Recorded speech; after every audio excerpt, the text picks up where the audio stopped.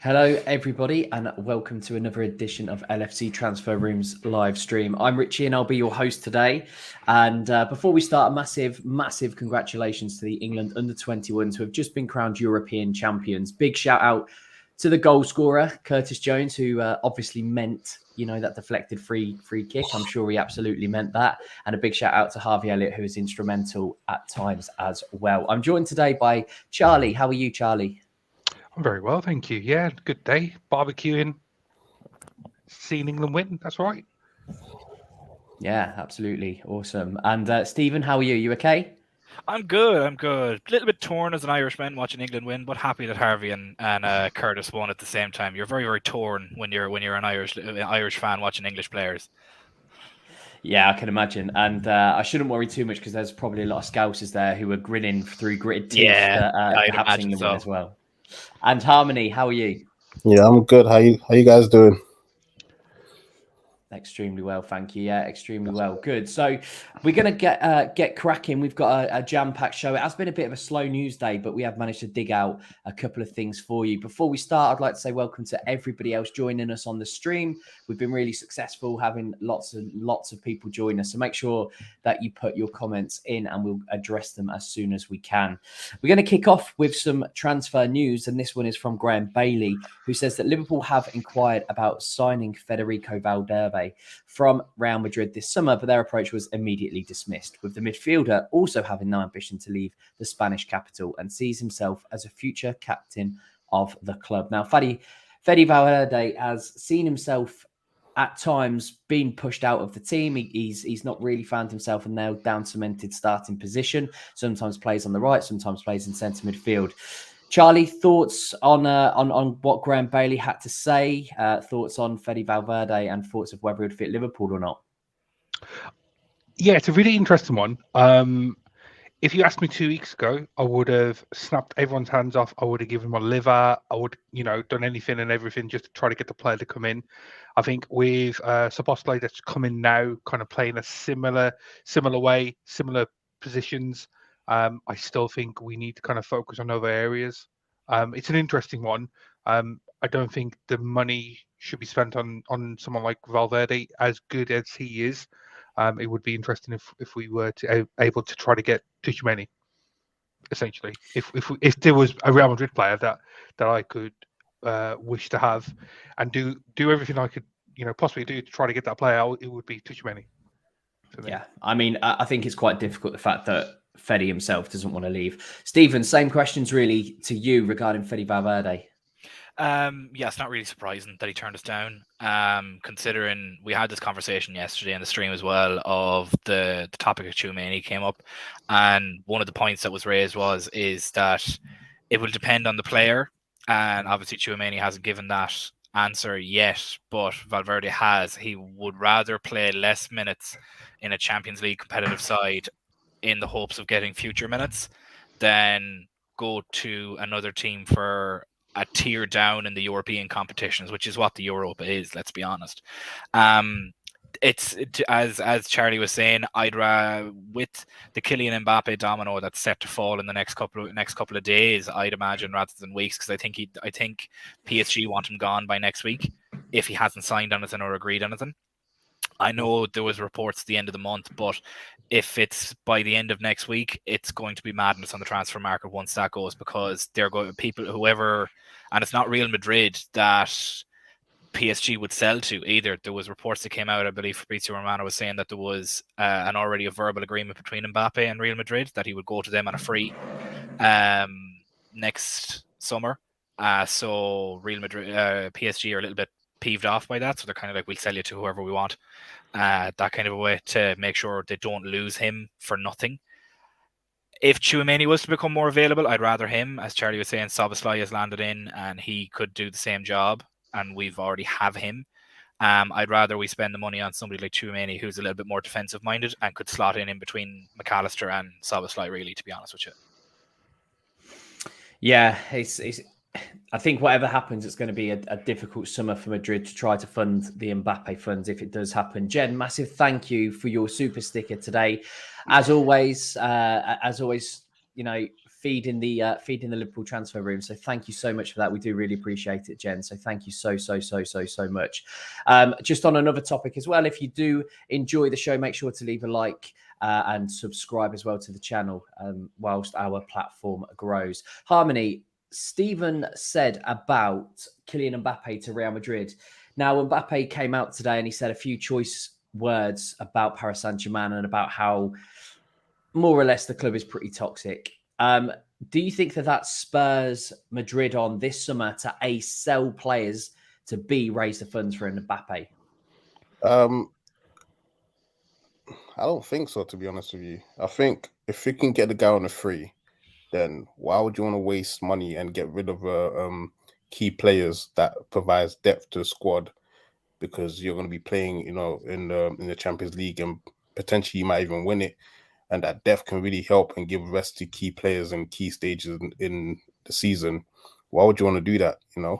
It's just like it don't make no sense at all for them to kind of waste, put players on the transfer market and get rid of them just so they can get, even though he's a great player, excellent player, one of the best. If you can get him on a free, why not wait? Why would you want to, get rid of key players that can, help you out throughout the season? So it wouldn't make no sense for Real Madrid to kind of go in there and try to trigger anything. Probably another like a Chelsea, Man United, if they're, that takeover even happens. We don't know if it will, but if that happens, I doubt Man City will go for him. Those are the only teams I probably see actually can afford him, to be honest with you. I don't think, so I don't think the relationship between Man City's owners and PSG owners so they're not great. So I don't think Man City can do it. United, the only way they can do it is if the takeover happens early enough for them to kind of release the funds. I think the thing I read or heard about Mbappe was he wants his for the remaining year that he would have had with PSG. He wants that payment up front for whoever he goes to. So I think he's on some 200 million. I don't know, because because he's like sporting director or whatever role they're giving him to kind of give him some extra cash, pocket money. But I think he's after that. So for him to come out and say that the club is toxic, for him to try to suggest that he can command XYZ, this is extortionate money. This is big money, things that we've never even heard of. I know Haaland gets some crazy money in his, through backhanders and whatnot, but that's just crazy money. Good luck to any team that get him, because he's quite volatile. That shows exactly why players should not be bigger than the club, to be honest with you. Because that's literally what they did. They just handed him the keys to the phone and said, "Look, this is your team now at this point." So he can take also liberties, you know what I mean? So the only other, I see, the thing about it is as well, that he really controls his own destiny. So it's realistically, where does Kylian want to go? Because while PSG could turn around and sell him to a Chelsea or a United, or imagine us, it never happened. As I said, I'll eat my own shoes if we even put a bid in for him, because I want him nowhere near our club. As good as a player as he is, that would just ruin any chemistry that was in the locker room at the moment, and that can't be fixed by one signing, and that's detrimental for years. As it's seen, PSG, they're not exactly the most coherent of teams when it comes to anything outside of France. So they dog walk their French league. So they can't really But what happens if come next week the transfer doesn't go ahead? Are they going to let him rot in the reserves? They're not going to do that, surely. No, they won't. No, but if he's demanding this, he could very well sit for 6 months if he wanted to. Yeah. So it's, as I said, he controls his own destiny. He could very well sit for 6 months, get signed in January for somebody on a free. Let's say it's Real Madrid. They could fork out the 200 million that they got from sales this summer on it, and get him in next summer and pay his salary straight away. He's then happy out, and then he gets a year off and 200 million quid in his back pocket. So realistically, all the cards are on his table. Absolutely. And I think he's in for a really, really rough year at Paris Saint-Germain. We've seen how they've treated Messi, and Neymar. So I think he's in for a rough period, but he to be fair, I don't think he cares. He doesn't seem to be the player who cares too much about what other people say. So if you had 200 it's million, interesting. If you had 200 million euro in your back pocket, would you really care what anybody else thought of you? Exactly. Yeah, away from Kylian Mbappe then, because as we said, highly unlikely that he joins Liverpool. No matter how much John Henry is a fan, he's going to have to be a massive fan to shell out around about, I would say, what, £500,000 a week on Mbappe wages if he comes as a free, plus a huge signing on bonus, agency fee, etc. I'll drive to Paris and back if he wants to sign him. I'll drive myself to Paris and back, and I'll bring him home. I'll do that. I wouldn't want him to see. I wouldn't want him. Yeah, no, with the disruption that he's caused, I think he needs to go to a club like Madrid. That actually a club is bigger than his ego, and I think that's the only way that you're going to tame him. So, anyway, moving away from him, then let's talk about pre-season, because our pre-season started and we had a few players in. I think there was 8 in total, but I think Thiago was at the AXA training centre, not necessarily straight onto the pitch, which raised a few eyebrows, but he was there and he is looking like he's going to stay, which is, I think most Liverpool fans would agree is the right move rather than going to Saudi Arabia. So the pre-season is going to be a massive one for a number of players. It's going to be huge for Bajcetic. I think it's going to be massive for Darwin Núñez and Cody Gakpo and Luis Diaz as well as he comes back from injury. I think it's going to be absolutely huge. So who are you looking forward to seeing the most, Charlie, in pre-season? Apart from new lads, I really want to see lots of Núñez action, see how he's kind of settled in. The language, the form, the happiness, everything that kind of comes, because we're talking about Mbappe and what he can bring. We need to kind of focus on what we have in our group, and if we are able to get Núñez firing like what we hope he has, kind of like Benfica 2.0, his second season. If he's able to do that, then that solves a lot of issues that we have. I know Gakpo's been brilliant, and he should be starting as a kind of defunct number 9, but Núñez, wherever he plays, off the left or up front, swapping around, whatever. I'm really looking forward to kind of seeing him. Let's see. Yeah, I think Núñez has to play through the centre for me. I think we've got enough options on the left. We've got Diaz, we've got Jota, who play off the left. And I think, for me, Núñez is more deadly and menacing through the middle. And if he can hit that pre-World Cup form that we saw him, I think he's going to be in this new system for Liverpool, an absolute weapon. So, yeah, absolutely agree. Stephen, pre-season, what are you saying?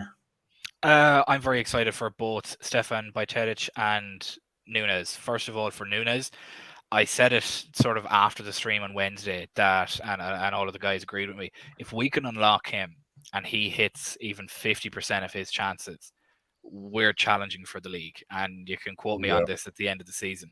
I can see if he starts hitting his chances, and with the deliveries that the likes of Trent in his new inverted role, McAllister, Szoboszlai, Salah can even provide him. And even if you play him about 10 yards ahead of Gakpo and let Gakpo kind of play the Firmino role and link the front three together, which is kind of what he was doing. I can see Núñez at least getting 30 goals in all competitions. He already nearly got 20, so what's another 10 in an improved season? Because Salah's going to do what Salah does. He's going to get you 40 goal attributations, every season. Gakpo is going to get you 10 to 15 to 20. Especially with Núñez firing. Núñez could bang you in 20. If Luis Diaz hits form, you have another 15 with him, another 10 with Jota, and then you have the likes of Trent, Szoboszlai, and McAllister standing over all direct free kicks. They could bang in a couple themselves as well. It's a dangerous time to be defending against a Liverpool team, and I cannot wait for it. Stefan as well, on the more CDM side of things, I'm excited to see how he progresses, because before his injury, he was playing a blinder. He was throwing his legs into tackles. He was and slide tackles that you don't necessarily see an awful lot in today's game anymore. He was throwing himself at guys, and that's something that you need coming out of the CDM role. someone that'll just put their body there and throw their legs at somebody and get great tackles, and he had seriously good technique with it. So I'd be very excited to see how he progresses, and if he could be sort of the understudy to Fabinho and take over in a couple of years' time. I know we've been linked with Lavia and Everton for the same reason, but I don't see why Stefan can't do it either. He's already shown that he can fit into the system quite well and play in it quite well, so why not give him a shot? Yeah, I think Bajcetic played his best football as an 8 for me, in that transition play, almost a box to box. I think he needs to develop a little bit more, learn the trade as a 6, because trade like that 6 role was so, you have to be so disciplined. I think he needs to put on perhaps a little bit of bulk in that 6 role. But I agree with you, Stephen. Like that player is absolutely going to be dominating for years to come if he continues on his current trajectory. So yeah, absolutely great shout on Bajcetic. Harmony, I know that you're the last one to have your say, but is there anyone else who we should be looking at? We've had Nunez, we've obviously had Bajcetic as well. Ooh. I'd love to see a fit Jota be around. Yeah, he's another one. I think he'll be if he's him and Thiago, those are the other 2 that I'll look out for in preseason. If those 2 come out firing preseason and they stay fit and stay away from injuries, I feel like Liverpool's going to be in a great position. Kind of like what Stefan said. They're really, really, really good. Like in terms of they can come off the bench and impact the game. They ain't got to start the game. You know what I'm trying to say to you, and that's why I feel like with the whole Nunes situation, he has to start games, because I don't feel he's the type of player that's come off the bench and then try to impact the game. I don't feel like he's that type of player. I think he's the type of player that needs momentum to give him that confidence to kick on. So I feel like he definitely needs to start. But if we can keep Thiago injury free and Jota injury free, I feel like we can win Europa League. I definitely feel like we should be winning Europa League. That shouldn't be a question. And I feel like we could add probably a Carabao Cup or FA Cup onto that as well. If those guys stay injury free, yeah. Considering that the Europa League Twitter account is absolutely obsessed with us, who keep tweeting about us every day, we've got to do well in that competition. Yeah, we have to. I think that'll give the likes of. Sorry, Richie, go on. No, I was just going to say it's the one that's eluded Klopp, obviously, in his first season, wasn't it? Got to the final, and it's the one that completes his trophy cabinet at Liverpool. So, and a lot of the players actually as well. I'm sure some of the players haven't won a Europa League, and that would probably be one of the last things that they do win is a Europa League, as in like the last one to tick off. So, I should think they'll be going for it too, and I'd love it.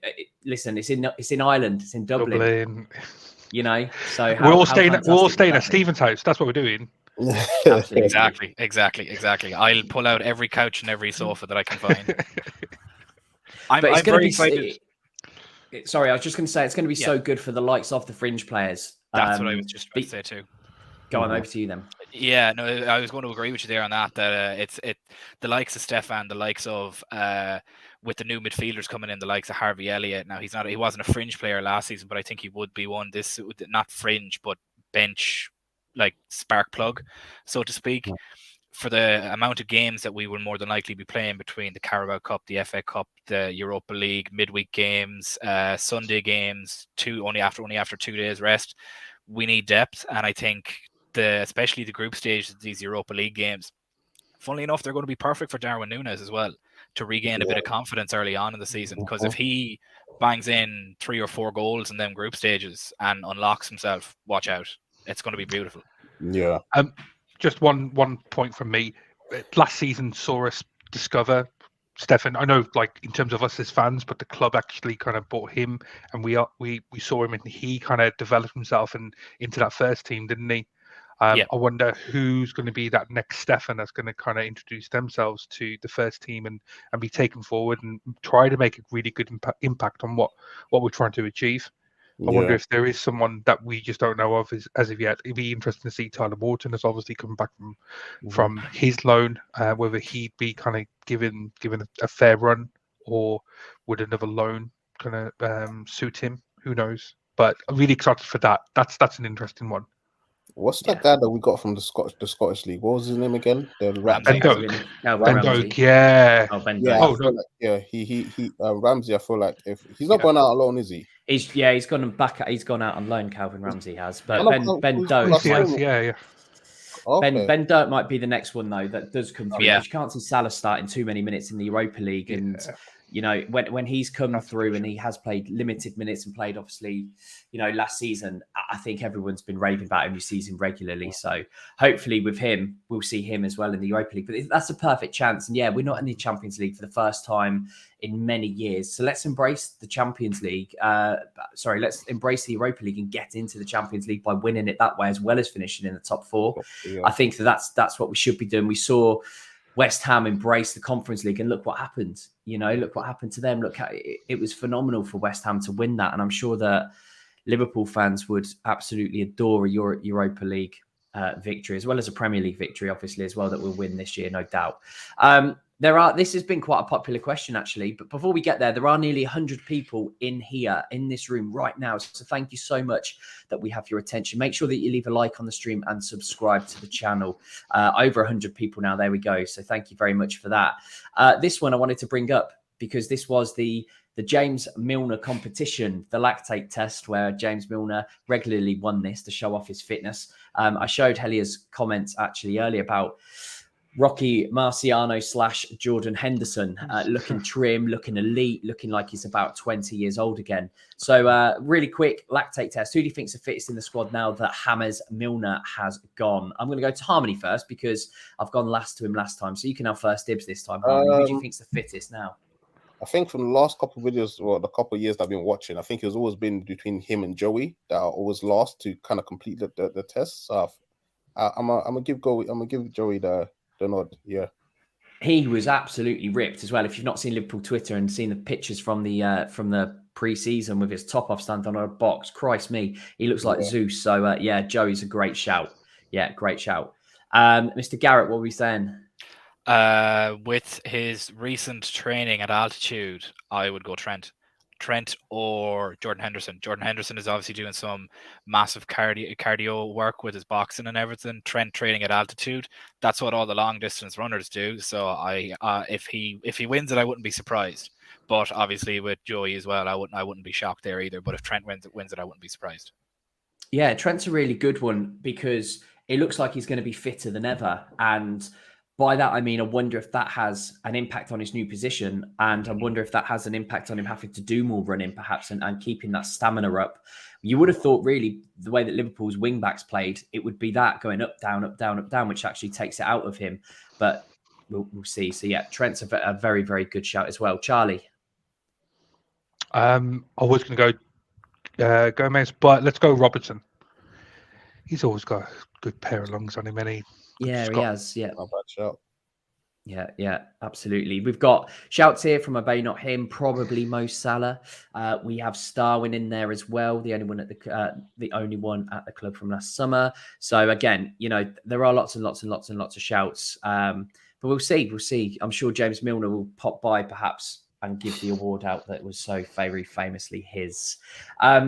Speaking about then the pre-season, talking about the lads coming back, I think it's safe to say that after the victorious England under-21 side, it will be a couple of weeks before we see Jones and Elliott back in. But what a big season it is for both of those guys. What do we think in terms of Curtis Jones? For me, I think he probably starts until Szoboszlai gets his feet under the table. I think he probably starts in that midfield if he's able to come back straight away alongside McAllister and Fabinho.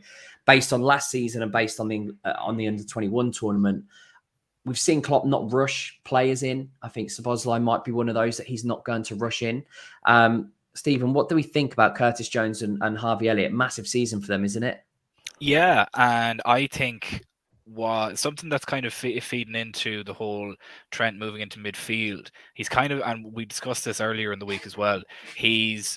I think he's now accepting the role of more of a leader, and you can't necessarily, because obviously between him and Curtis are the two Scousers, so you'd think that their voice would be the loudest, especially Trent given his quality. I think his training is going to lead him to push more towards midfield into that sort of a role in front of the back three. and he can be more of a vocal leader from that point. It's very hard to lead a team from the right back position. It's very easy to lead, I say easy, relatively speaking, to lead a team from the midfield because you have everything around you. I think with Trent moving in there and him cutting his own holidays short, I think he's very much setting an example for some of the younger lads that this is it. This is our comeback. We got to pull the finger out. We got to get our work in. Have your rest. It's fine, but make sure you're coming back ready or there'll be hell to pay, that kind of a way. So I can see them having a bit of a rest. I can see them being back and fully in form and ready to go by the Singapore tour. But they may end up cutting their own holidays short, obviously after their own celebrations. But they may end up cutting their own holidays short to get some extra work in and get some fitness back and be ready to go day one against Chelsea. Yeah, Charlie, Jones, Elliott.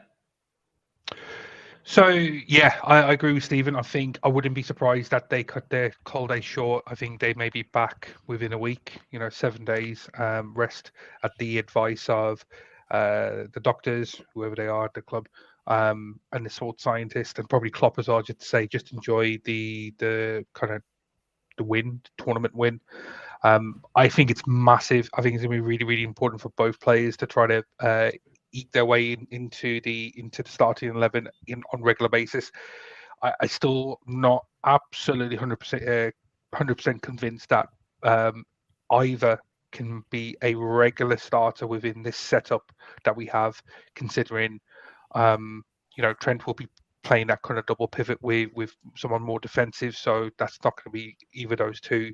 McAllister's going to be probably playing a lot more regularly than both of them, and then you got Szoboszlai, who, if he hits the ground running, there's nothing to say that he can't start playing regular games from the off, not kind of the traditional Klopp mentality method of bringing them in from October onwards.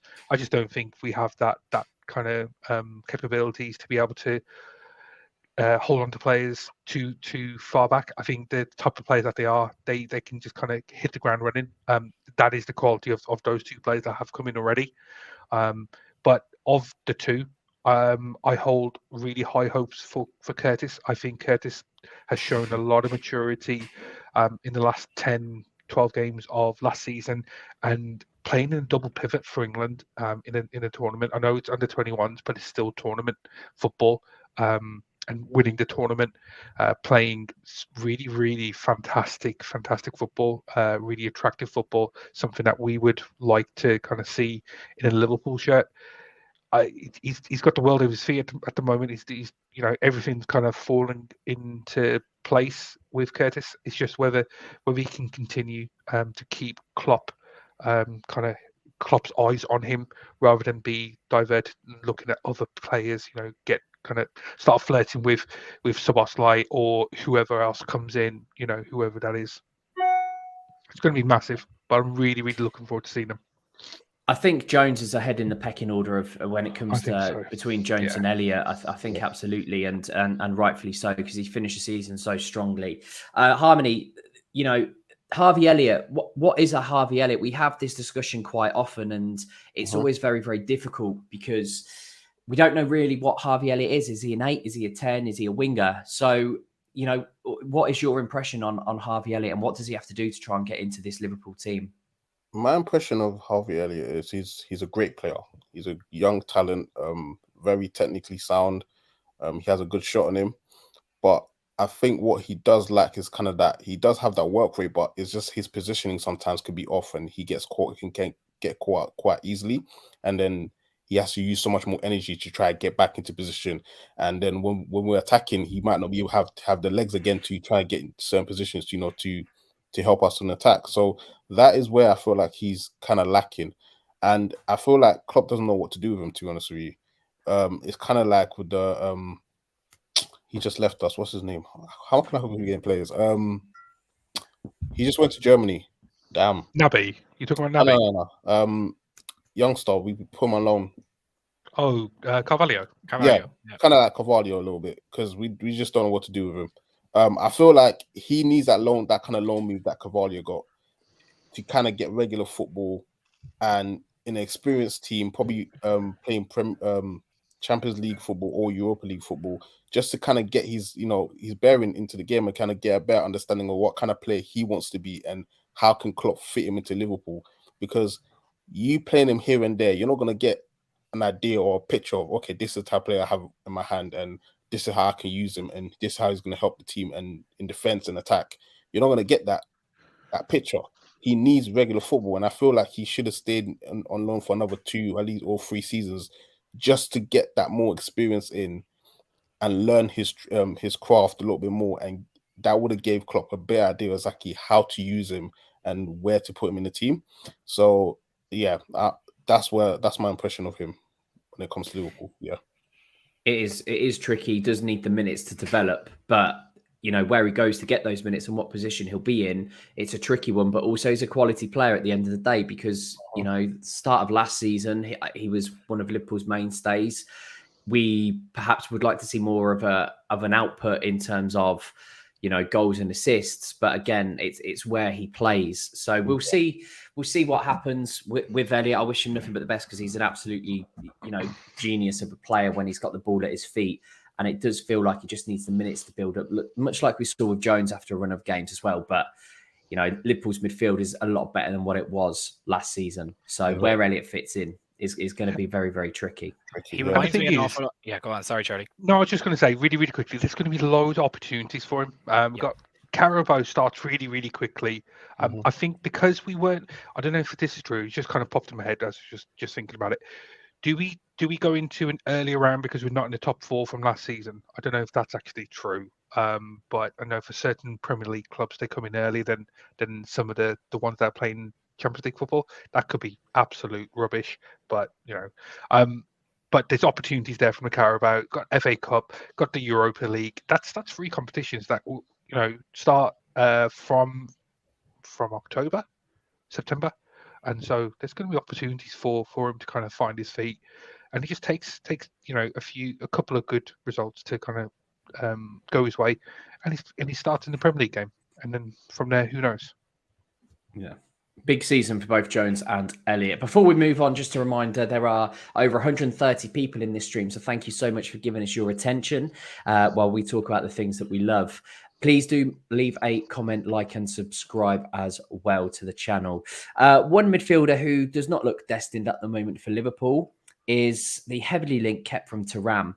And Fabrizio Romano, the transfer guru, said today, at the moment, the Khephren Thuram situation is cold for Liverpool because the midfielder was considered too expensive. Now, whether that was the 35, 40 million pounds transfer fee or whether that's his wage demands, we're not really too sure. However, it seems a little bit odd that the Thuram situation that really got off on a really positive note. It seemed like it was a done deal. We were just waiting for the Euros to finish, and it seems dead. Maybe it's the Lavia links. Maybe it's Liverpool trying to drive down the price. We're not really too sure at this point. Stephen, what do you think's happening there with Khephren Thuram? I know we keep mentioning him, but I think it all kind of falls back to Kylian Mbappe. Again, we constantly keep mentioning him, and I think I'll be sick of mentioning him until he ends up getting transferred. But I think an awful lot of it leads back to him. Like the transfer market itself is quite cold. Never mind just Thuram. There's not really much movement anywhere. I don't think it's the transfer fee. I think the transfer fee is fine. It's about 30 to 35 million pounds. I genuinely think it is the wage demands, and we wouldn't want a similar situation to United, with reports coming out of there that with Mason Mount becoming the 4th highest at the time, now the 3rd highest with De Gea leaving, ahead of a lot of the seasoned guys that are there. It kind of upset a lot of those guys that somebody could come in and just earn that much very quickly. Realistically, the most expensive player in our team is Mo Salah. You can't really come in as a new signing and expect to earn near him. Like, we got Szoboszlai for 125 grand a week, less than half of what Mount is getting.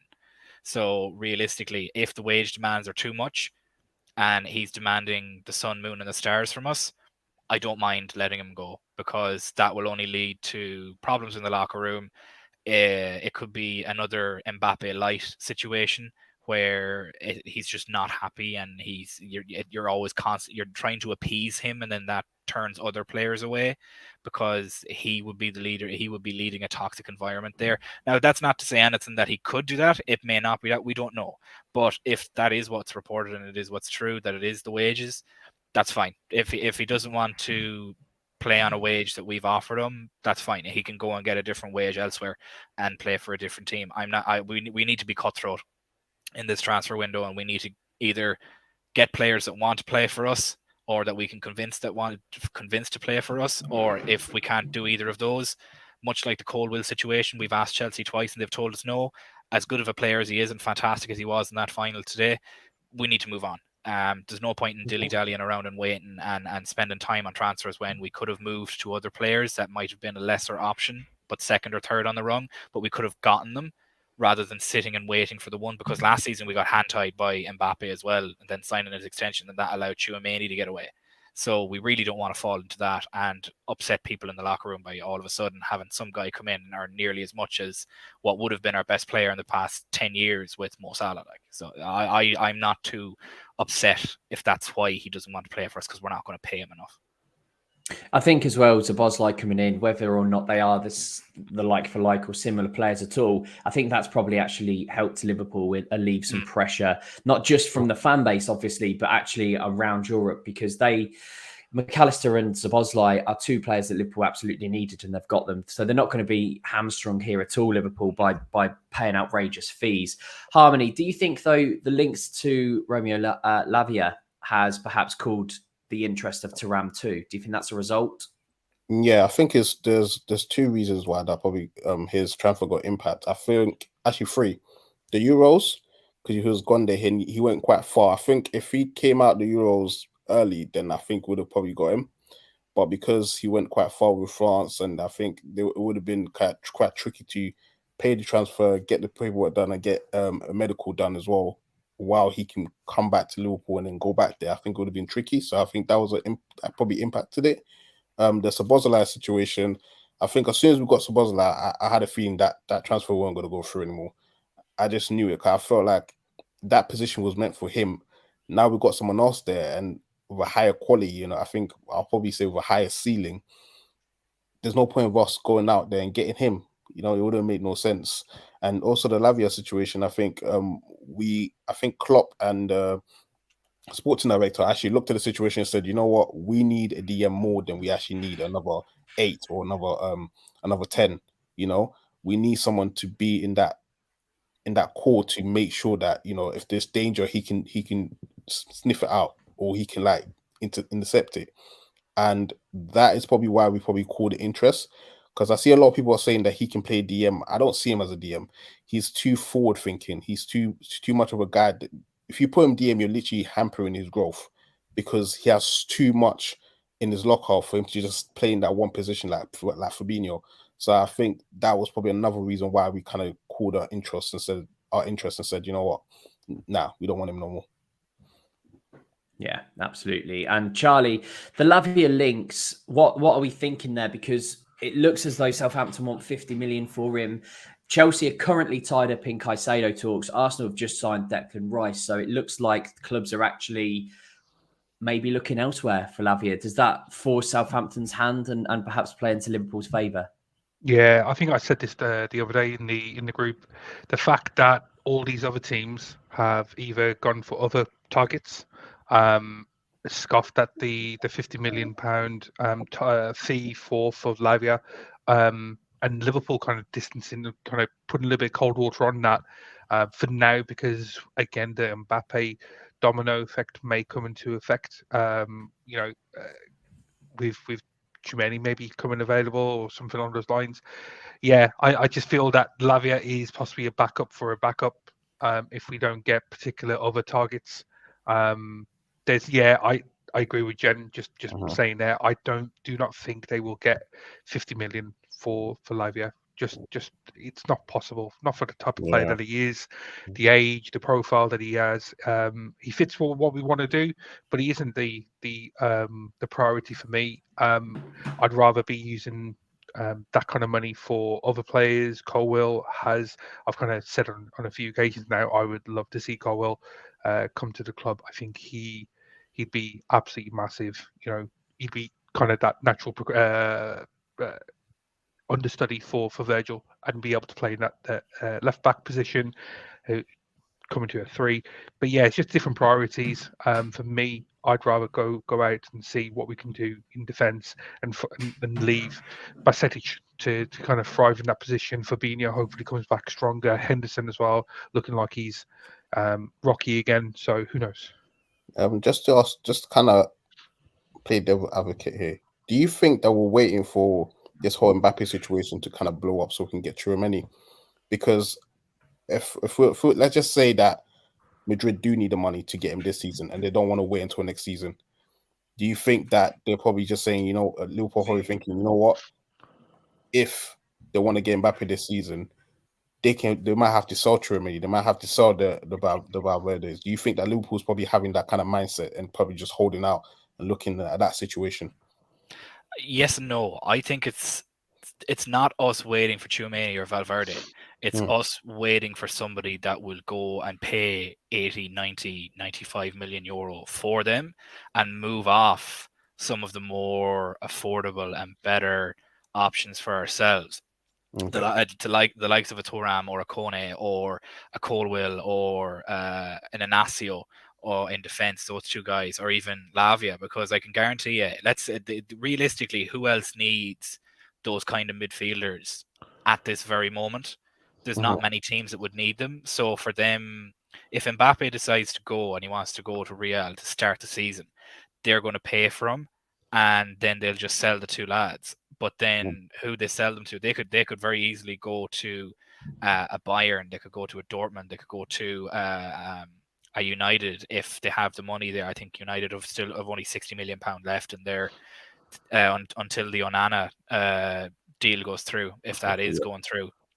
But I think it's more we're waiting for the players that would fall after Tchouaméni and Valverde, because then that would cause their price to drop, and Lavia's price will go through the floor if those two guys come on the market, because Southampton are going to have to get rid of him in some way, shape, or a fashion, because he doesn't want to stay there. Okay. Another angle could be Real Madrid are throwing the players' names around, and we may say we are interested. However, the money that Madrid are asking for, because if they've signed him, what did they sign him for? 80 million, I think, last season. So if it's that, they would want some profit, because they obviously want to offset the Mbappe deal as much as they can. And we've probably said, nope, we're not paying that. We're interested, but you need to be more realistic with what fee you're asking for. If you're desperate, then we can try to get that upper hand and get them to get the value knocked down. That's one potential. I think the clubs are a little bit further down the line than we probably already realise. That's PSG talking to Madrid. They're probably a little bit further down the line than what we already think. And then Madrid speaking to whoever to try to get the money for the deal, the domino effect. I think, there's probably lots of conversations already happening that we're not aware of. Yeah. Okay. Moving on towards some attacking options and some rumours that have come out today is that Liverpool and Newcastle continue to monitor Juventus forward Federico Chiesa as the possibility of him leaving the Italian giants grow. And that's according to Gazzetta dello Sport and other Italian media today. Chiesa, we spoke about a couple of weeks ago, actually. I was on the podcast and stream a couple of weeks ago talking about Chiesa, and obviously he's falling out with Allegri, and Allegri seems to be falling out with everybody, and it looks as though Chiesa wants away. Is it realistic then, if Liverpool are going to perhaps splash 35 million euros on a Federico Chiesa when we're already saying a 35 million euro Thuram is out of our reach? Do you think good backup for Salah, but is he going to really want to come over and play bench for Salah? His wage demands also is something that I would certainly question, because he's going to be on a hell of a wedge over at Juventus. So, Harmony, what do we think about the Chiesa links? Do we think it's paper talk? Do we think it's agent talk? Or do we think it's absolutely just zero talk at all? I don't think we're actually in for him.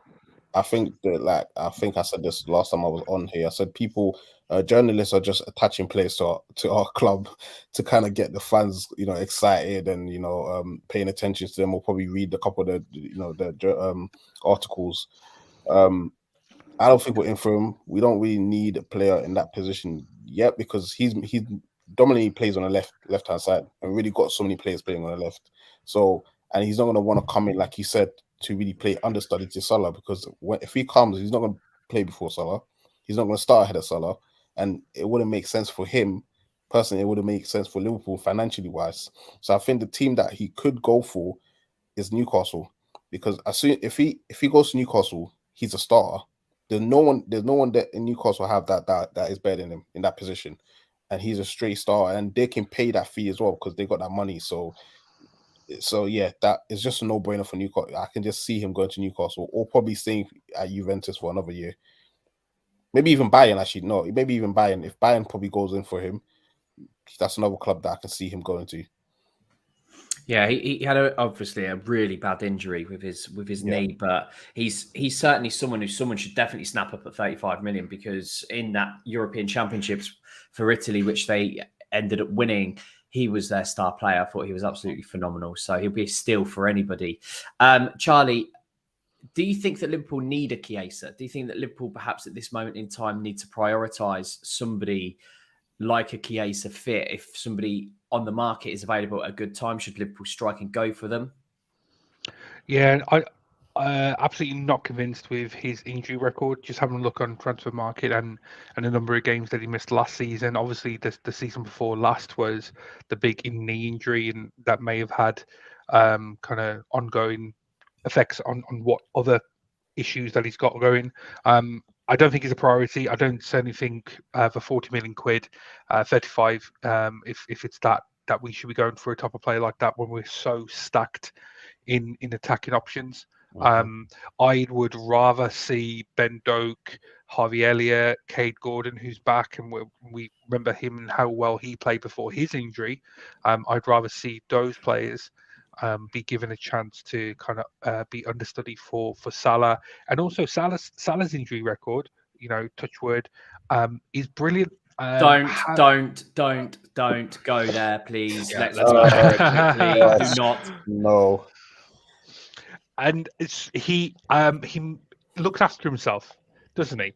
And he's a very fit boy and has a fantastic 8-pack and whatnot. But the point is, we need. I'd rather see younger players come in and be understudy and learn off Salah.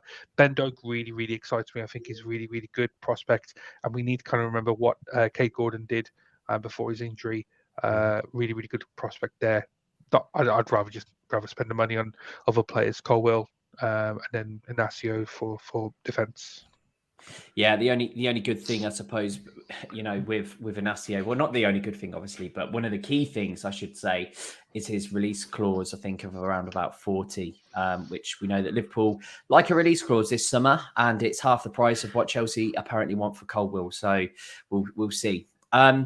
Talking about Mo Salah then, Stephen, who do you think really is the backup? Because we have Szoboszlai who can play on that right. We've got Elliott, we've got Gordon, we've got Doak as well on there. Or I suppose we could see Diaz or Jota switch over to the right-hand side as well. So who do you think covers for Salah, or who do you think plays those early Europa League games if it isn't going to be Mo Salah? Any of the names you just mentioned. We, as both Charlie and Harmony have said, we're stacked in the front three.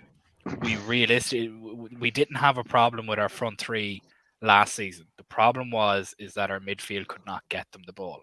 That was the issue. And now we've sorted that with the likes of McAllister and Szoboszlai coming in.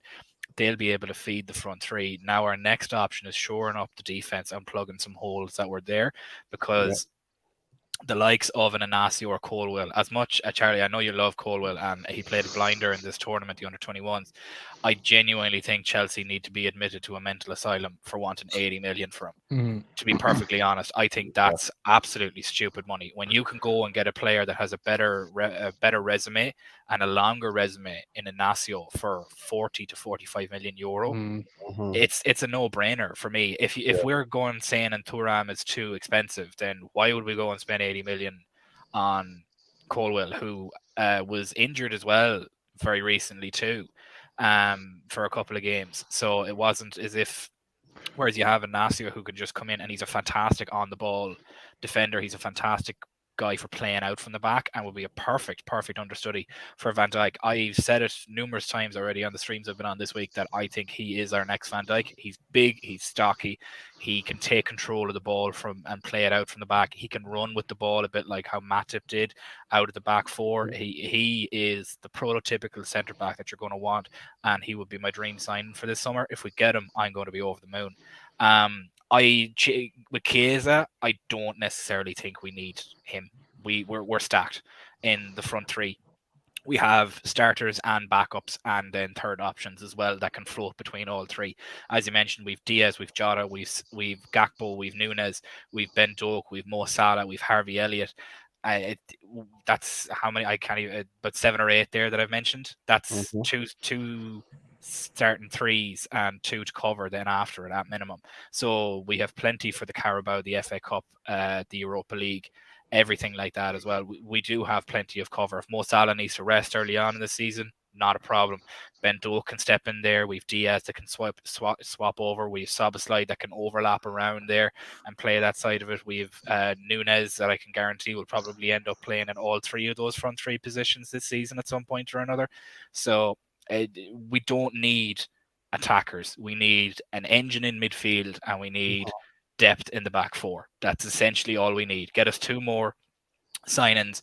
Spend what you would on Colwill, the £80 million, on a centre back and another young midfielder, and that'll be fine. I know I keep going on about his £80 million tag, Charlie, but like that's ludicrous money for a guy that's only played 1 good season. Yeah, it's also like you've said that 80 million is 40 for Thuram and 40 for Inacio. So you know that's perhaps what we're looking at as well. And yes, our homegrown quota isn't the best. Colwell does come in and obviously complement that and bolster that somewhat. And that might be something that Liverpool are looking at as well. So we'll see. And that's why I personally think that Lavia is much more appealing in that midfield role because, you know, he is under 21 and he will be homegrown as well in a couple of years. So, you know, it's an interesting time. Before we do wrap up, again, please make sure that you leave a like on the video and subscribe to the channel. We've got well over 170 people in here, which is phenomenal. So thank you for joining us on this Saturday evening. I'm going to go and do the rounds, though. I'm going to have a quick fire question because I like it and I get to know all about you guys. So we're going to do a very quick round. Who do you think, realistically, not idealistically, realistically, who do you think is next through the door at Liverpool FC, Charlie? Oh, you've put me on the spot. Lavia. Okay, Stephen? Lavia or Inacio? And Harmony? Yeah, Lavia. I don't think Inacio is. I don't know if we're gonna go for him. I'm sorry. I'm so sorry, Stephen. I'm so sorry. I don't see it. I'm so sorry. I generally don't think. I think he's so low on the pecking order. Yeah, I don't. Yeah, so Lavia. What do you think, Richie? Well, I would go Lavia, but based on the fact that Inacio could have been done a couple of weeks ago before pre-season, and he hasn't been. Whereas Lavia is a little bit more negotiating, isn't it? There's a lot of negotiation, lots of hurdles to overcome there. So I think in Inacio, if he really wanted him, he could have been done a good couple of weeks ago, if I'm honest. Yeah. So yeah, right. We've done our ins. What about our outs? Who do you think is out through the door at Liverpool? Harmony. No one. No one's no for any outgoings. Actually, wait, no. Nat Phillips. Yeah, I think he deserves it. And I know I said it was a quick fire. I wasn't going to talk about. I wasn't going to go into anything in too much depth. But I think he deserves a move. He deserves to be playing regular first team football. I think for a Bournemouth, he would be absolutely fantastic. And I genuinely hope he gets this move because he deserves to be playing first team football in the Premier League. Stephen. It breaks my heart to say it as well, but if we're looking for a left-sided centre back, I think Costas is gone in this new system that we're playing. As limited minutes as he had playing behind Robertson, one of the best left backs in the world, kind of a bit like Kelleher, wants first team minutes, is the best second option that there probably is in the Premier League in that spot. the likes of Kelleher and behind Allison, like you're fighting a losing battle there when you're trying to get minutes off Allison. It's never going to happen. You'll get some cup games, but that'll be it. And Kelleher deserves his minutes as well. I think both Kelleher and Costas, as much as it breaks my heart, the two of them will be gone in the coming weeks. Yeah, Charlie. Thiago. I'll just throw that out there. Why not? Well, I mean, there are obviously rumours of him going to Saudi. I think he's rejected those proposals. I think if perhaps Liverpool would have to show him the door more so because he is out of contract next season. Perhaps if Liverpool wanted to get a fee, then that's something that they would have to do because it doesn't look as if Thiago wants that move to Saudi Arabia anyway. You know, only there. We don't know about other clubs coming in for him. I think they're all really good shouts, if I'm honest. And, you know, I think there's certainly going to be some outgoings because if we do know FSG, we're going to have outgoings for incomings as well. Pre-season stars then. We have mentioned it earlier. You've got to give me one though. Pre-season stars, Stephen. Just one. Darwin Núñez. Charlie. Benduk. And Harmony. Szoboszlai. You're going for a pre-season Szoboszlai. Nice. I like it. Decent. Okay, excellent. And finally, as we what do you think, though, Richie? What do you think, Richie? Before you, I am going to go Luis Diaz. Good shout. Good shout. Oh, damn. Yeah, Luis Diaz. He's just come back from injury. I think he'll be raring to go. I'm trying to get back into that team because, you know, Jota does a really good job on the left. Núñez did an okay job. I don't think it's his natural position. And we know that Gakpo can play there, but he has been playing through the middle. So Diaz has a point to prove, but all really, really good shouts. Thank you again for everybody who has been watching us talk about LFC. And thank you so much for staying with us all of this time. Big up to everybody who has liked. If you haven't already, please do so. Subscribed. If you haven't already done so, please do so. And commented into the chat as well. So thank you to my wonderful guests who have been very insightful and obviously very friendly and welcoming as well towards everybody. So thank you all to Charlie, to Stephen and to Harmony as well. Okay, we've been LFC Transfer Room and it's a Saturday night. Go and enjoy yourselves. See you later. As now, as forever, up the Reds.